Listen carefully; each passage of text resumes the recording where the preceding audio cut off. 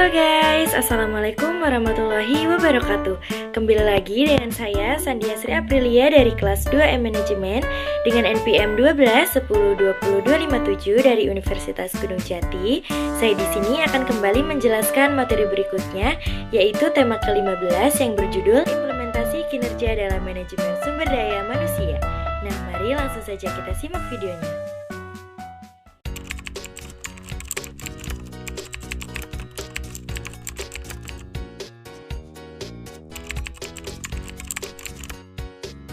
Tingkatan kinerja.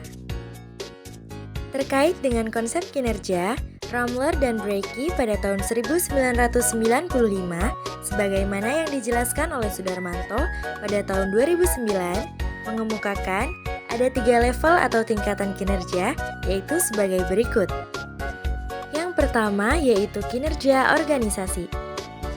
Kinerja organisasi merupakan pencapaian hasil atau outcome pada tingkat atau unit analisis organisasi. Kinerja pada tingkat ini terkait dengan tujuan organisasi, rancangan organisasi, dan manajemen organisasi. Yang kedua yaitu kinerja proses. Kinerja proses merupakan kinerja pada proses tahapan dalam menghasilkan produk atau pelayanan. Kinerja pada tingkat proses ini dipengaruhi oleh tujuan proses, rancangan proses, dan manajemen proses. Kemudian yang ketiga yaitu kinerja individu atau pekerjaan. Nah, kinerja individu atau pekerjaan merupakan pencapaian atau efektivitas pada tingkat pegawai atau pekerjaan.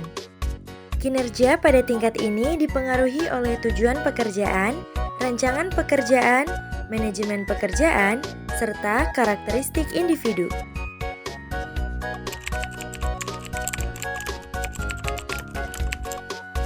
Konsep kinerja dalam organisasi. Kinerja menurut Describer dalam Kamus Bantam English Dictionary pada tahun 1979 yang dikemukakan Prawiro Sentono pada tahun 1999 berasal dari kata kinerja atau performance dari akar kata to perform, mempunyai beberapa entries sebagai berikut. Yang pertama, melakukan, menjalankan, melaksanakan. Yang kedua, memenuhi, menjalankan kewajiban suatu nazar. Yang ketiga, menjalankan karakter dalam suatu permainan. Yang keempat, menggambarkan dengan suara atau alat musik. Yang kelima, melaksanakan atau menyempurnakan suatu tanggung jawab. Yang keenam, melakukan suatu kegiatan dalam permainan. Yang ketujuh, memainkan pertunjukan musik. Dan yang terakhir, 8, melakukan sesuatu yang diharapkan oleh seseorang atau mesin. Kinerja karyawan dan kinerja organisasi mempunyai kaitan erat. Tercapainya tujuan organisasi tidak lepas dari sumber daya yang dimiliki organisasi yang dipergunakan atau dijalankan karyawannya yang berperan aktif sebagai pelaku dalam upaya mencapai tujuan organisasi tersebut.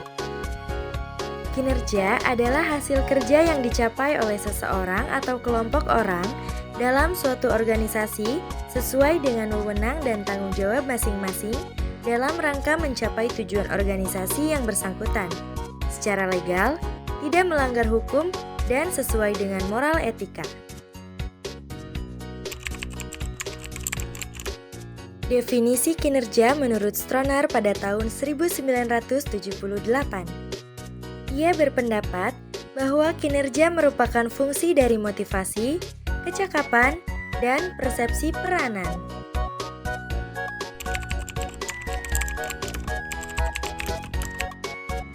Indikator kinerja organisasi. Indikator kinerja organisasi yang pertama yaitu performa harus mengarah hasil dan semangat untuk menghasilkan nilai. Yang kedua, harus dapat diukur sehingga input dan output dapat dikuantifikasi. Yang ketiga, unit dan personel yang diukur kinerjanya harus memahami metode penilaian dengan penjelasan minimal. Yang keempat, hasil penilaian dapat dikomunikasikan segera. Yang kelima, tersedia mekanisme penggabungan hasil penilaian kerja dengan feedback dan learning. Yang keenam, terhubung objektif dengan kebijakan insentif dan kebijakan pegawai. Yang terakhir yaitu bersifat seimbang antara orientasi keberhasilan jangka pendek dan jangka panjang.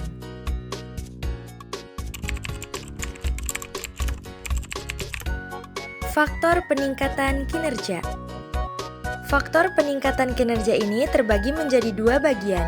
Yang pertama, faktor pendorong, dan yang kedua, faktor penghambat. Faktor pendorong diantaranya sebagai berikut. Yang pertama, audit modal intelektual bertujuan memonitor dan mengatur modal intelektual perusahaan.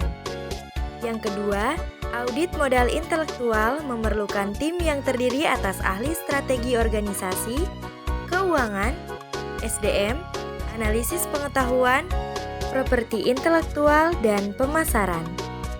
Nah, selanjutnya faktor penghambat.